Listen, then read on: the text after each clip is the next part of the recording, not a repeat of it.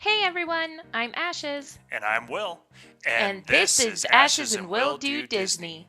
Each week, one of us will tell the other the history, facts, and stories behind the rides and attractions of Disney that have made special memories for generations. Keep in mind that Ashes and Will Do Disney is not affiliated with or employed by the Walt Disney Company, and our views and opinions do not reflect theirs.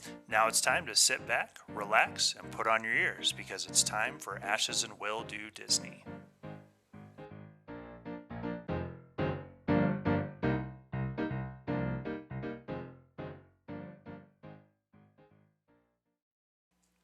Oh, hey there, Ashes. Hey Will, how are you? Doing all right. We're back after our bit of a break. Did our mini episode on the Hatbox Ghost. Yep. I mean, you say break, but nothing. It's a break from the podcast, not a Well, break really, from life. you got a break from the podcast because it's kind of my hobby and my production thing that I do. So when we just can't get a time that works with both of our schedules to record a full episode, that's when I do the mini episodes. Yes, life is just always a little crazy. Stitchers apparently wants to record with us. That's because you're wearing your new Stitch cardigan, so she wants to snuggle in it. Apparently. I want to point out, though, because I was thinking about this today, I haven't worn the hoodie that I'm wearing in a while, and it's my Pirates of the Caribbean Dead Men Tell No Tales hoodie. It's the one we got on our honeymoon. On our honeymoon. And now, Like a million years ago. Yep, so this summer it will have been 17 years since I bought this hoodie. That's pretty crazy. It's and crazy. I feel old. And this hoodie is still in amazing condition. And the reason I'm bringing that up is because Ashes likes to give me a hard time for A, having too many hats, and B, having too many hoodies. Yep. However, this gives me a nice strong rotation, and now I have a hoodie that I've had for about 17 years that is still in phenomenal condition because I don't just wear it out. I mean, yes, but you still have about a million hoodies and hats. And they're all in great condition. I still have my Wayne's World hat that my grandma bought me for my 11th birthday. I mean, that's a bit excessive. Impressive is the word you're looking for.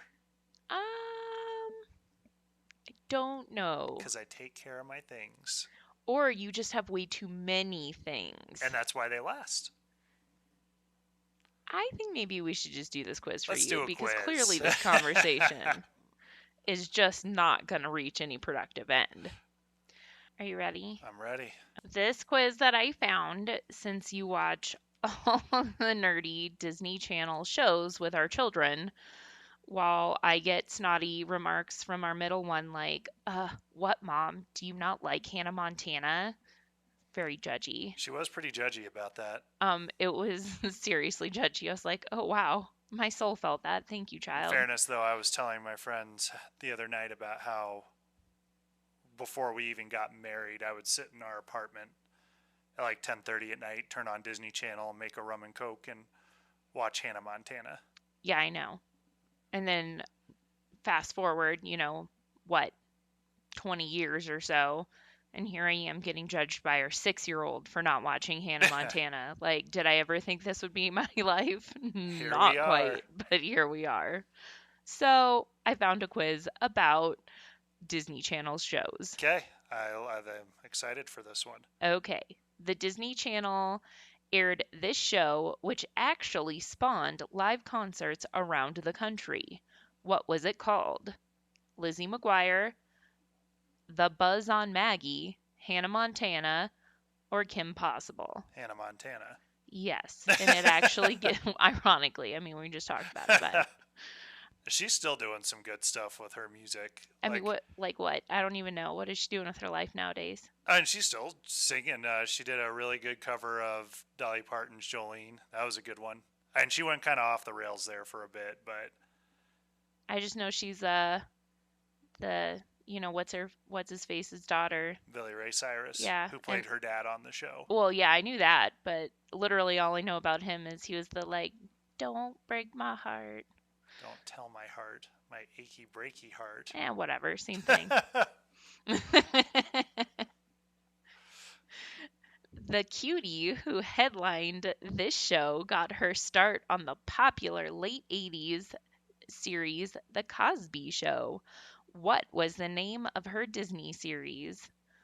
Bug Juice, The Buzz on Maggie, That's So Raven, Brandy and Mr. Whiskers. That's So Raven. Correct. This Disney Channel series is 70 Feet of Fun. What is it called?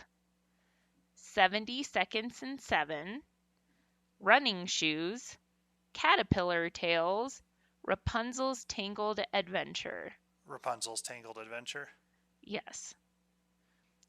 The teenager in this series have advanced natural talent. What show are they a good fit for? Ant Farm, Bug Farm, Fish Hooks, Jungle Gym. Ant Farm. Oh, advanced natural talent. I get it. I've never even watched Ant Farm. Didn't even know it was a show. Never heard of most of these. The stars of this Disney Channel series released their fifth studio album, Happiness Begins, in June 2019. What was the name of their show? Hanson, Jonas, Yvette, Willis? What are the choices again? Hanson, Jonas, Yvette, Willis. Ooh, this one might get me. Willis? You don't know the studio album Happiness Begins? I sure don't. Wrong. Is it Jonas? It is Jonas, Will. I honestly didn't remember. I know they did a bunch of stuff with Disney Channel. I just didn't remember them having a show. It's from the Jonas Brothers. I mean, I know who the Jonas Brothers are. Like Camp Rock, that whole series.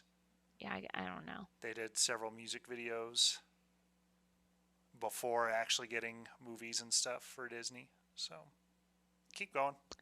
See, the funny thing is when everyone's like, "Oh, you really like Disney?" and I'm like, "Yeah, my husband really likes Disney." And I mean, this is why, like, you go so far as watching these shows. Well, yeah. The name of this show is also a phrase used in the show itself. What is it? Good luck, Charlie. Good luck, Charlie. Okay, you want to just hear the other ones? Sure, you can tell me, but it's Good Luck, Charlie. I mean, fine. The other ones are funny, though. Good Night, Nancy. Good night, Nancy. Goodbye, Betty Lou. Good Grief, Greta. Yes, it's Good Luck, Charlie. I mean, it was Good Luck, Charlie. Which, you also got our children watching. Yeah. A story about a spy in our nation's capital doesn't sound like a Disney-type series, but it was. What was its name? Casey Undercover? Casey Undercover. Again, haven't seen it, but it's actually whenever I look to watch Kicking It, because I've been watching that for my bedtime show lately, when you hit K, Casey Undercover shows up. My Cool Husband, ladies and gentlemen. Couldn't even get through that one. Mind you, these are on the nights when I am not home. You are not home when I watch these shows. It was the family pet who was airing all of the dirty laundry. What was the show's title? Bunny Blogger, Cat with a Cell, Dog with a Blog. Dog with a blog. Video about what Again, is never watched this? that one. Yeah, it's Dog with a Blog. I know. I know the premise of a lot of these shows that I haven't watched. I mean, the fact that you're like, oh, but I haven't watched it doesn't actually give you cool points back there. Go to school? Check. Fight crime? Check. Which show features a character who does both? Know that you always can call Kim Possible. I don't think you have ever been cooler. Sometimes the road to stardom doesn't go as anticipated. Which show details one teen's journey? Kat, Margot, Jessie, Becca the Best. Jesse. Another show which you have watched all of with our children. Yes, but this one the children got me into because our oldest watched it all the way through first and then was like, Dad, I think you'll like this. And she wasn't wrong. It was a good show. You are cool. I know. An uncle and his nephew are reunited in this Disney series with roots 3 decades old. What show are we referring to? Jonas, Andy Mack, DuckTales, or Descendants Wicked World? DuckTales. I mean, yeah. I mean, that one is a little cool. It is cool. Okay, stop me if you've heard this Disney plot before. Teenager princess saves her kingdom from evil forces and then becomes its rulers. What TV series are we describing? Raven's Home, Allie Actually, Elena of Avalor, Best Friends Whenever. Elena of Avalor. Yeah, one of our kids watched that for a while. The girls watched it. Yeah. Hollywood actress Hilary Duff got her start portraying a character on which of these Disney Channel shows? Lizzie McGuire. Yep, And now she's the star of How I Met Your Father. which I still haven't seen. I've seen a couple episodes. Yep, without me. I mean, it's okay. I'd still watch it. I mean, at least once. The opening theme song of this show was recorded by Selena Gomez, but it's another singer who appears in the series. What is the name of the show? Shake It Up, Boogie Down, Get On Up, Let the Sunshine In. Oh, I've literally had no clue about Selena Gomez recording this, but it's Shake It Up. And I would have had no clue if that was not a choice. Only because I know the other three choices are not Disney series. You at least peruse the Disney Plus, Yeah. enough to know. This summer series about vacation ran for 8 years, or 8 summer vacations, if you will. Which show was it? Choices? You need choices? 8 summer vacations? Yeah. Oh, Phineas and Ferb. I was like, Phineas and Ferb. Yeah, Phineas and Ferb. Or, In a Heartbeat, Shorty McShort Shorts, As the Bell Rings. Someone had a lot of fun making up these The titles. quiz questions. Yeah. How cool would it be to live in a hotel? Sweet Life of Zach and Cody. I mean, yeah. Sweet Life of Zach and Cody. Opposites attract. In this music-themed show, but there's no Paula Abdul anywhere. What is the name of this Disney series? Caleb and Corey, Rockers and Writers, I Didn't Do It, or Austin and Ally? Austin and Ally. I mean, I really feel like they're just like cheating here with some of these names. Like Austin and Ally, they've cameoed in Girl Meets World. They've been on Jessie. I mean, but like clearly there's not a show called I Didn't Do It. Like, I just saying. If you're a member of a large family, you'll probably empathize with which of these Disney shows? Stuck in the Middle, Made in the Middle, Right in the Middle, Happy in the Middle. Stuck in the Middle?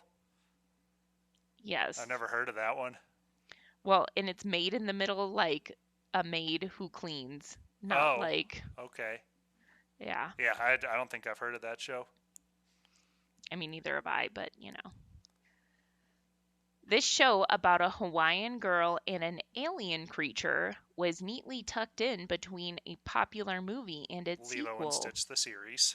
Yes. Which literally is watched nightly at our house. Mm-hmm. There's something fishy about this Disney series that travels underwater. What is this animated show's name? Aquarium, Fish Hooks, Bud's Pets, or Eely Reely? I have never even seen these No clue characters. on that one. Fish They look hooks? they look kind of derpy though. I feel like it's totally something our kids would watch. It is fish hooks. Okay, I don't think I've heard of that one either. Um, yeah, it's chronicles the lives of teens from doing homework to dating, but these teens are actually fish in an aquarium at Bud's Pets. Oh, okay. Which show took viewers on a summer vacation to a creepy and mysterious town? Gravity Falls. Another often That one's a watched. favorite in the I house. I have watched Gravity Falls. Yeah. Your first experience with this show may have been based on the movie it serves as a prequel for. What 2017 Disney Channel series is it? Hotel Transylvania, the series, Big Hero 6, the series, Tangled, the series, Lilo and Stitch, the series. Hotel Transylvania. Yeah, which. It's a Disney XD show. Oh. Which, yeah, because the Hotel Transylvania movies are not Disney. I did not know that. Yep. Look at me just learning something, and you just nerding it up over there. It's Cory and Topanga's daughter. Oh, Girl Meets World. I already referenced that show. It's not Cat Meets World or Dog Meets World. No. It could be called Around the World in 80 Days, with its stops in Italy, India, and Greece. Which show is out to sea? Sweet Life on Deck. You are such a nerd. Interested in taking a trip to Moose Rump? Which of these shows would you need to watch? Camp Rump, Bunked, Rumped, or Moosicle? We've only watched a couple episodes of this, but Bunked, which is the spin-off of Jessie. Yeah, that was all I needed to watch. It was okay. I would give it a solid okay. It does not have the same charm that Jessie had. It was okay. Teenage blogging sensations Frankie and Paige make a career out of their musical and comedic videos in this Disney show. What is the title? It's Bizarrevarks? Oh, okay. It's an odd show. I've seen a couple episodes of it, and that one was not my cup of tea.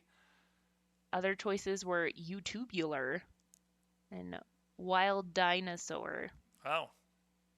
Yeah.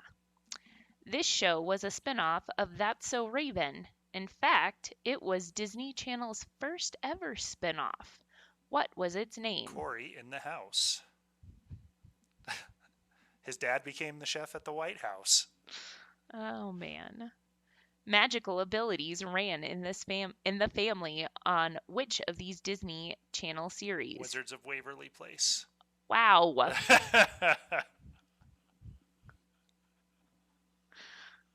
This animated series was originally slated for Nickelodeon before landing on the Disney Channel. What one is it? I mean, do you even need choices? Yeah, that one I need choices. I mean, as soon as I read them, you'll know. SpongeBob SquarePants, The Proud Family. Proud Family. Yes. Rocko's Modern Life or Rugrats were the other choices. The other three actually did go to Nickelodeon. I mean, yeah. Which of these titles was the first Disney show to feature an openly gay character? Best Friends Regardless, Ronnie Black, Andy Mack, Big City Shane. Andy Mack. I was like, Andy Mack's the only one that I know. That's the only one I know. I haven't seen any episodes. I know our oldest has seen a couple episodes, but... All families have their struggles, but not all have them documented on TV. Which of these shows followed a suburban California family? Dr. Stevens, Even Keel, Even Stevens? Even Stevens. Yes. Did you not watch that one? Oh, I watched Even Stevens. Of course you did. Yeah. I even talked about that one with a guy at work because we both really liked that show. I'm proud of you for finding another guy that, watched that show as well. This Disney sitcom that starred Demi Lovato featured a show within a show. What was the sitcom's name? Sunny with a Chance. Yep. I feel like all this is doing is showing exactly how much TV you watch. I mean, it's also a really long quiz, so like we just got to get through it here. So, I know. I think there's 40 of them, that's why. good lord. A current Disney series, this show explores the similarities between a father and a daughter. What is it called? Owl House, Maxed Out, Sydney to the Max. Sydney to the Max. One I haven't watched, but it pops up a lot because I do watch a lot of the Disney Channel shows on Disney Plus, so it pops up as a because you watch this. But you still know what it is. I mean, I know it's a show on Disney, and it's got the guy who plays the instructor from the Black Dragons Dojo and Kicking It. So that's what I know. I mean, and it's obviously not Owl House because you guys have watched Owl We've House. watched all of Owl House that's out so far, anyways. So. Yeah. The cat's also laying in my arms and snoring, and it's really cute. Yeah, you know. What would happen if a dog and bunny were stranded somewhere together? That's the premise of these Disney series. Brandy and Mr. This. Whiskers. Yep. Well, it says of these, but I think it means of this. Pick up a phone and order a new mom and dad. Why not? Call in the replacements. I don't. There just aren't words tonight. Maybe the character in this Disney series could find a place in Guardians of the Galaxy. What show featured a galaxy protecting warrior? I mean, I feel like this is something you would watch. I mean, maybe. What are the choices, though? Wanderer and Sylvia, Wander Over Yonder, Lord Hater versus Wanderer, Sylvia the Spornak. I have no clue. I haven't heard of this one at all then. Wow. Wander Over Yonder? Did you say that was a choice? Mm-hmm. Yeah, go with that, I guess. Of course you got it right. Weird. All right. Okay. Never heard of that one, though. It spins the story of an intergalactic warrior named Wanderer and his horse, Oh. Steed. The Okay. horse's name is Steed, as they protect the universe and its inhabitants from Lord Hater. Okay. Great. Before Casey Undercover, there was this Disney show about a teenage secret agent living in North Carolina. What was its name? Silverstone, the famous Riley Grant, Whistled Wildners, the famous Jet Jackson. Famous Jet Jackson. Yes. On which of these Disney Channel shows could you relive your summer camp memories? Bug Juice? Bug Juice. In this series, Kuzco is made to attend something that appears in this show's title. The Emperor's New School. This is a lot of shows. If you could be transformed into your favorite professional athlete, this series is based on that very idea. What is it called? Athlete Academy, The Superstar, The Jersey, or Progo? Oh, the Jersey. The only reason I know that one is because people in the Disney Plus group are constantly like, where's this show? Why isn't it on? Regardless. I've never seen it, but people talk about it. That's the only reason I know about that show. Your score was 98%. I think I only missed the one about the Jonas Brothers. You got 39 out of 40 correct. You scored better than 91% of quiz takers. You are an absolute dork. Yeah, well, hey, it came in handy tonight. I am a little blown away. Yeah, you know. All right, so tonight we are going to finally finish up how Bob Iger became the CEO of the Walt Disney Company.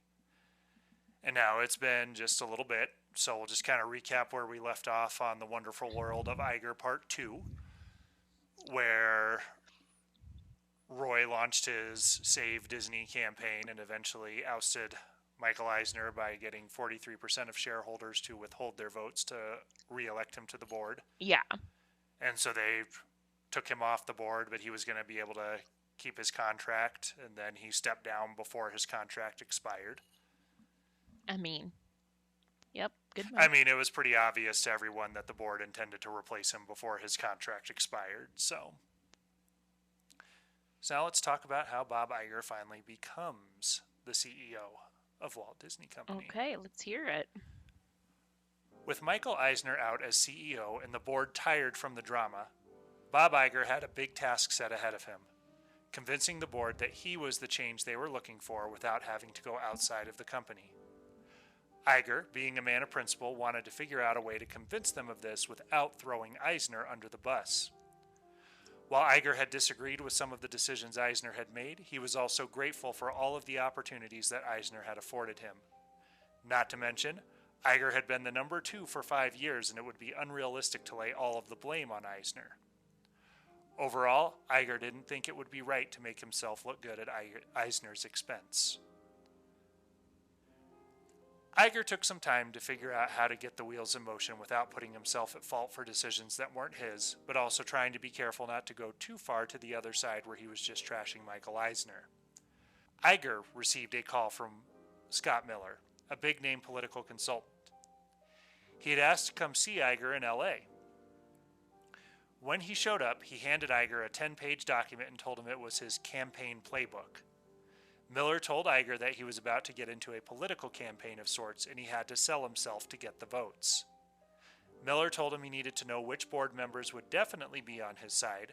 Iger wasn't sure if there were any. Then he had to know which ones were totally against him. Finally, he had to know which board members could go either way, and those were the members to focus on first. So it was like a playbook of like all the board members? It was just here's how you need to attack this. Wow. So it wasn't necessarily here's all the board members. It was part of this strategy was you need to figure out who's on your side, who's completely against you, and who's in the middle. It's a little intense. It is. While Iger was wondering how to defend the decisions that Eisner had made in the past and also make sure that he wasn't taking the fall, Miller told him that it wasn't about the past, it was about the future. Iger didn't need to worry about what Eisner had done in the company. He had to worry about convincing the board of what he could do moving forward. Whenever the questions were asked about what was going to be done about the past, Bob Iger put an emphasis on that the past couldn't be changed and there were no redos. The only thing to do was learn from what had happened and not to make the same mistakes again. Iger shifted his focus to not only where the company had been, but where it was going to go. Miller advised Iger to talk about the company as a brand and how to grow that brand moving forward. Miller also asked Iger to identify his top priorities. After Iger had rattled off 6 of them off the top of his head, Miller told him to stop because that was too many. He told Iger that the priorities are things that you're going to spend a lot of energy and capital on. Once you get too many, it diminishes their significance as priorities. I mean, yeah. Yeah, exactly. When you have too many things, it's not a priority. It's just things you want to do. Well, and it's going to lose, significance. Right. Miller told him to limit the priorities to 3. The 3 priorities Iger landed on were as follows. Number 1. The company needed to focus most of its energy and capital on making high-quality branded content. Number 2. They needed to embrace technology as a means to create a better quality product. Number 3. They had to focus on actually becoming a global company. That is, Iger wanted to have a focus on getting that branded content to more parts of the world. Making the same thing for the same audience causes the product to go stale. Which I feel like a lot of people on social media need to hear that lesson, because I saw someone recently complaining about Disney's new website because one day Mickey Mouse won't even be a thing and no one's going to know who Cinderella is. The fights you get into on, well, I won't say fights. They're not fights. I don't know, comments. Yeah, the comments section on some of these posts were there's a lot of Disney fans who are very stuck on what the past should be and don't embrace the keep moving forward mentality. Meet the Robinsons. Such a good movie. But comes from a quote from Walt Disney From Walt Disney. specifically. And like you said, in the very first episode, I think, Mm-hmm. was that Walt said the brand was better than him. Yep, and it's never done. Yeah. So people definitely could use hearing that. Correct. Iger's first interview with the board happened on a Sunday evening. While the board of directors wasn't necessarily combative, they were obviously not super friendly with the conversation either. The board had already been under pressure with Eisner, and now they were under more pressure to replace him. As such, the board was making it very obvious that they were taking a no-nonsense approach. Before this interview was scheduled, Iger had committed to participating in a triathlon, and the race fell on the same day as his first interview. Not wanting to stiff his team, he woke up at 4 a.m. and did the 18-mile bike ride for his part of the race. In order to keep his energy up, he downed a protein bar right before the meeting. As a result, he got the bubble guts, and he was afraid the board would think his rumble tummy was a sign that he couldn't handle the pressure.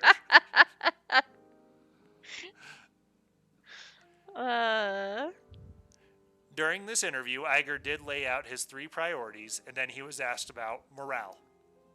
He brought up that the Disney brand was still admired, but to really make it the most admirable company in the world, they had to get the admiration back from their employees. Iger said the way to get the love from the employees was to start developing products that they were proud of. Iger also talked about Eisner's strategic planning department that, 1, demoralized department leaders as they felt they didn't have any decision-making power in the company, and 2, they took too long to make decisions.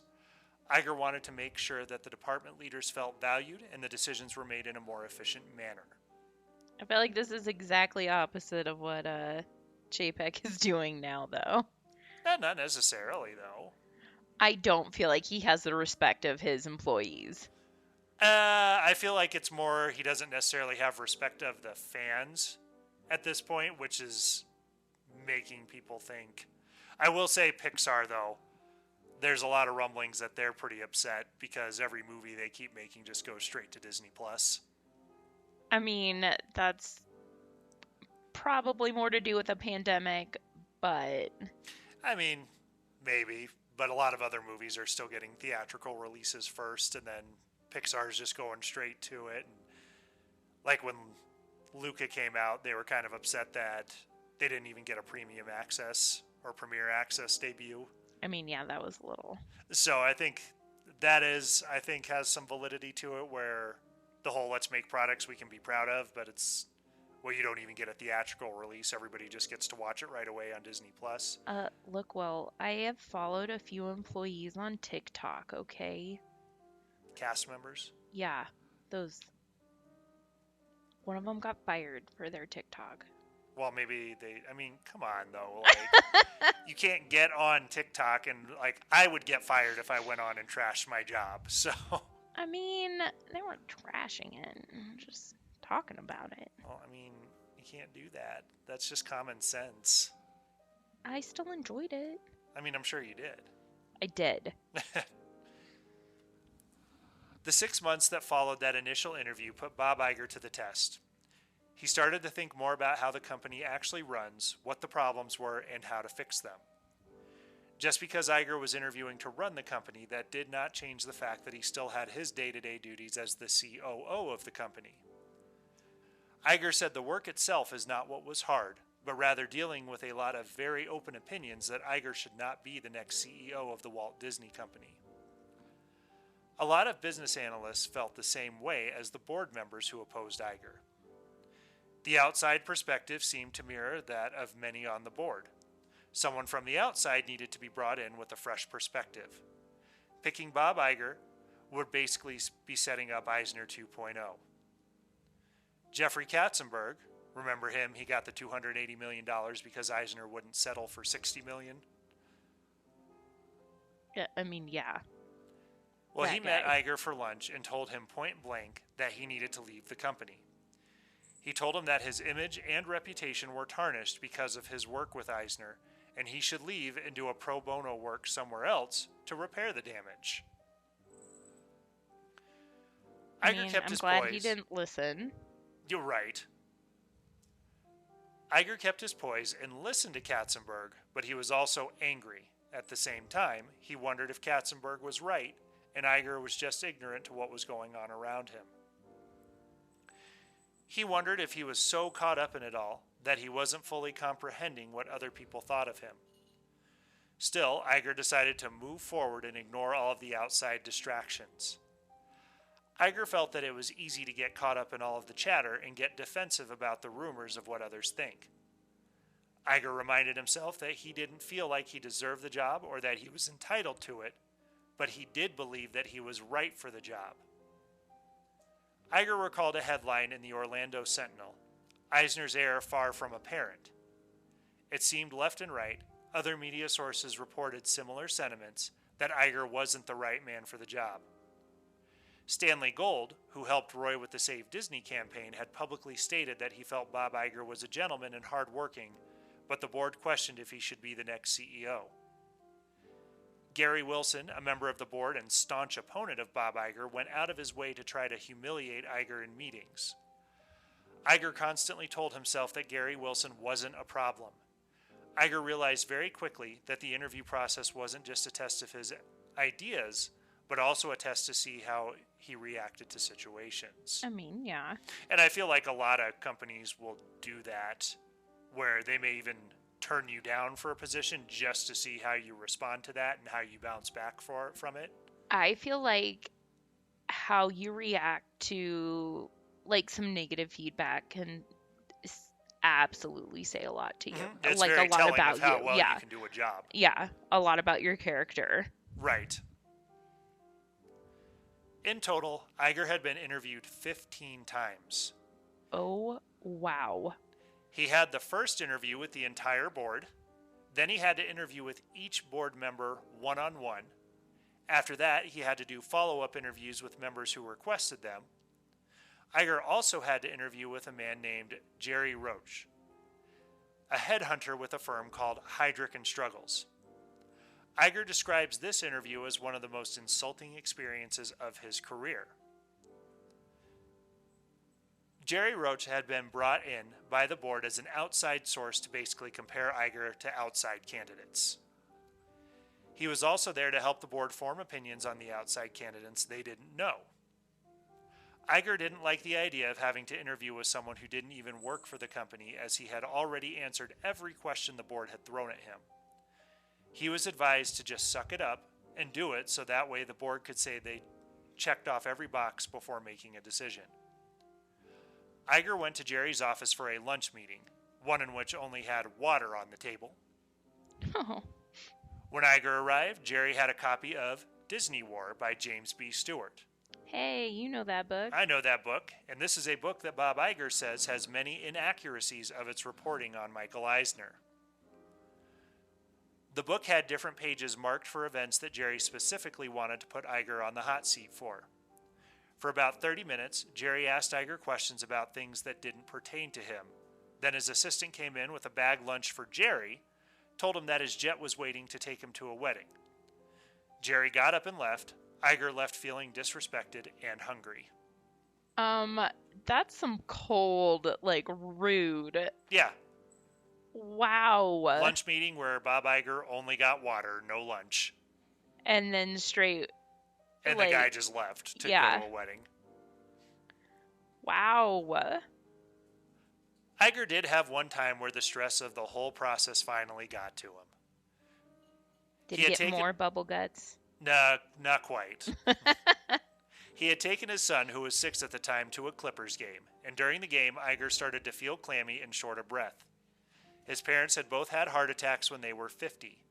Not wanting to scare his son, he just told him that his stomach was upset, and they needed to go home. After getting checked out, it was determined he was not having a heart attack, but a good old-fashioned anxiety attack. Aww. Iger also had one time that he finally let it out in front of the board, and that was during his final interview. This final interview was set for a Sunday evening in a hotel boardroom. Okay, why Sunday evenings? I All mean, the, yeah, it's Sunday. That's sacred day. You shouldn't be doing them on Sundays, but I mean, it just like that. There's no boundaries, apparently not. no family time, no work week. Sunday night, let's just keep doing all these meetings. Yeah. When he got there, Iger found out the board had spent the afternoon interviewing Meg Whitman, the CEO of eBay. Whitman was the other top contender to the position with Iger. All of the other candidates had either dropped out or been disqualified. By this point, Iger didn't know what else they wanted to ask him, and he was ready for it all to be over. Yeah, I don't blame him. No, I don't blame him either. From Bob Iger's standpoint, the board needed to make a decision. They had already spent the past 6 months trying to find a replacement for Eisner, and had already spent more time than that dealing with the pressure of Eisner's future before that. Iger felt he was the only one who really understood this, and his patience had run out. And I, again, don't blame him. Right. During the interview, Gary Wilson, who had been trying to get Iger to crack from the get-go and to speak poorly of Eisner, asked him again, what made him different? What did Eisner do wrong? He asked him what he would do differently. This time it finally got to Bob Iger, and he told Wilson, as calmly as he could, "You've asked me the same questions on 3 prior occasions. I find it offensive, and I'm not going to answer it." After Iger tactfully told Wilson to shut up, the room went quiet, and that was the end of the interview. Iger stood up and left. He didn't shake hands with anyone, and he didn't thank them for their time. Iger failed his own challenge of taking anything they threw at him. Some told him that, while he didn't do any good with that statement, it probably wasn't that bad either. However, another board member told him that it wasn't the time to let the board see him sweat like that. While Iger wasn't happy with his response, he also felt justified with his anger and just wanted the board to make a decision one way or the other because he felt the company was suffering more the longer they took to make this decision. On a Saturday in March of 2005, the board finally met to make a decision on who should be the next CEO of the Walt Disney Company. While Iger felt like he did a good job convincing the undecided members that he was the man for the job, he then also thought about all of the drama and lack of support that he had. That he also felt the board could go the other way just as easily. That I cannot even imagine the stress of this process. Right. Iger told his wife that if the board had decided against him, he was getting in his car and taking a solo cross-country trip. Valid. Yeah, right. When the board meeting ended, George Mitchell and Michael Eisner called Iger to tell him that the job was his and they were going to announce it the next day. After calling his family to tell them that he was going to be running the company that Walt Disney had founded, he called Steve Jobs. He knew it was going to be an awkward call, but he wanted to do it just in case he might be able to repair the damage to the Pixar relationship. Steve Jobs basically said, "Good for you."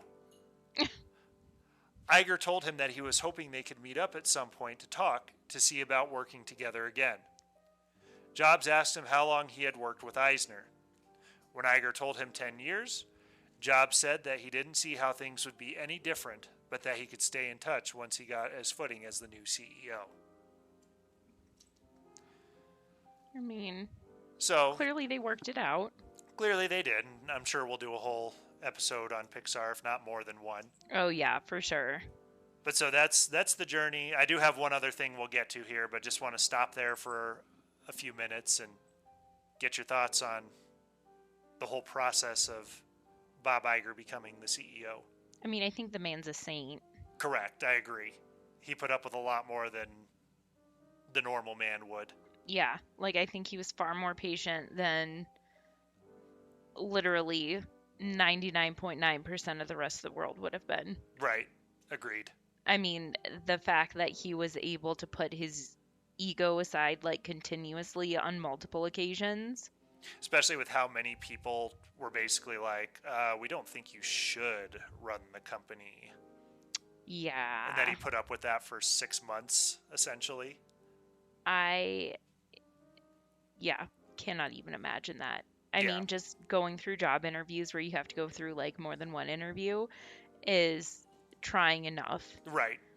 So, 15 interviews. 15 interviews. One was someone who didn't even work for the Walt Disney Company. Although I guess after a while you're just like, hey, yep, here are my answers. Yeah, I don't Again. know how many times you want me to tell you the answer, but here it is again.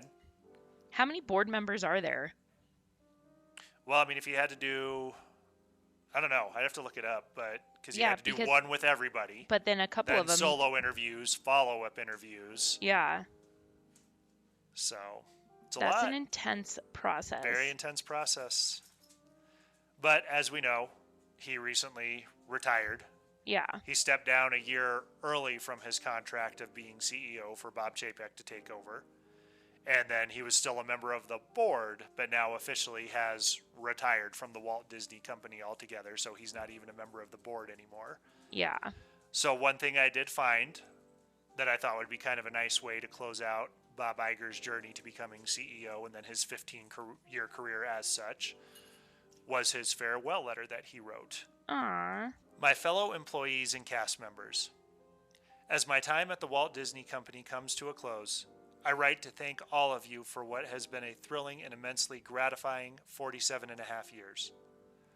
I would love to be able to do this in person, but the global pandemic has deprived me of that opportunity, so please forgive the less than personal nature of this farewell. It is impossible for me to fully express my feelings, but I would like to leave you with a few thoughts, some memories, and above all else, my deepest gratitude. My ABC Disney journey began when I was 23 and ends as I approach my 71st birthday. shut up. He's that old. Yep. He does not look it. No, he doesn't. It has been unpredictable, exhilarating, wildly fulfilling, and certainly a lot of fun. To say I have a tremendous respect and affection for the thousands of people I have worked with over the years would be a gross understatement. I have enormous pride in what we have accomplished, and transforming Disney into one of the world's most admired companies is at the top of my list. We did this by producing the finest in content and experiences, embracing cutting-edge technologies, and expanding our presence around the world. And nothing has been more important to me than imparting and applying the highest standards of quality and integrity when it comes to our people and everything we create. We've also endeavored to tell stories that reflect the rich diversity of our world, nurturing a multitude of perspectives both in front of and behind the camera. And I am certain our continued work in this area will remain a top priority. Given the abundance of consequential change in our world today and the timeless desire for human connection, I am confident the need for great storytelling will endure for generations to come, enhanced by new technologies that will bring these tales to life and deliver them to people around the globe in even more extraordinary ways. As the world continues to evolve and transform, we will always gravitate to stories that bind us together. Tales of adventure, love, friendship, and heroism. Tales that enable us to escape, that comfort and inspire us, that give us hope and reason to be optimistic. Tales that inform us and, of course, touch our hearts. I can't think of a more exciting time to be in our business.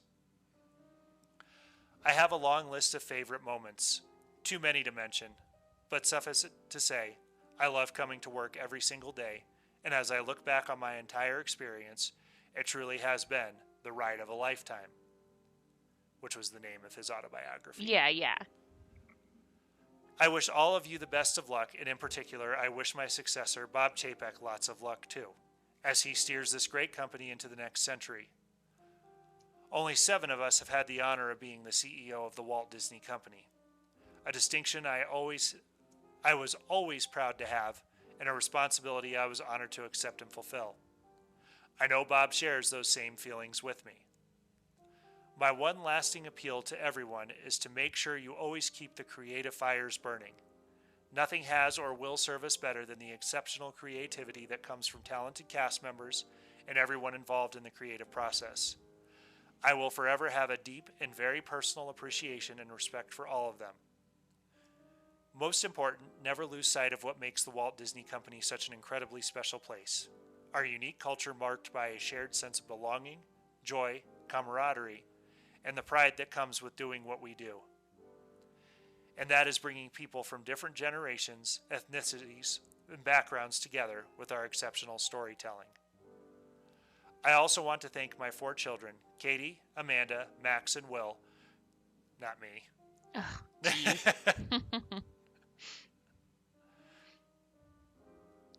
We'd get way more vacations to Disney, I feel like. That's true.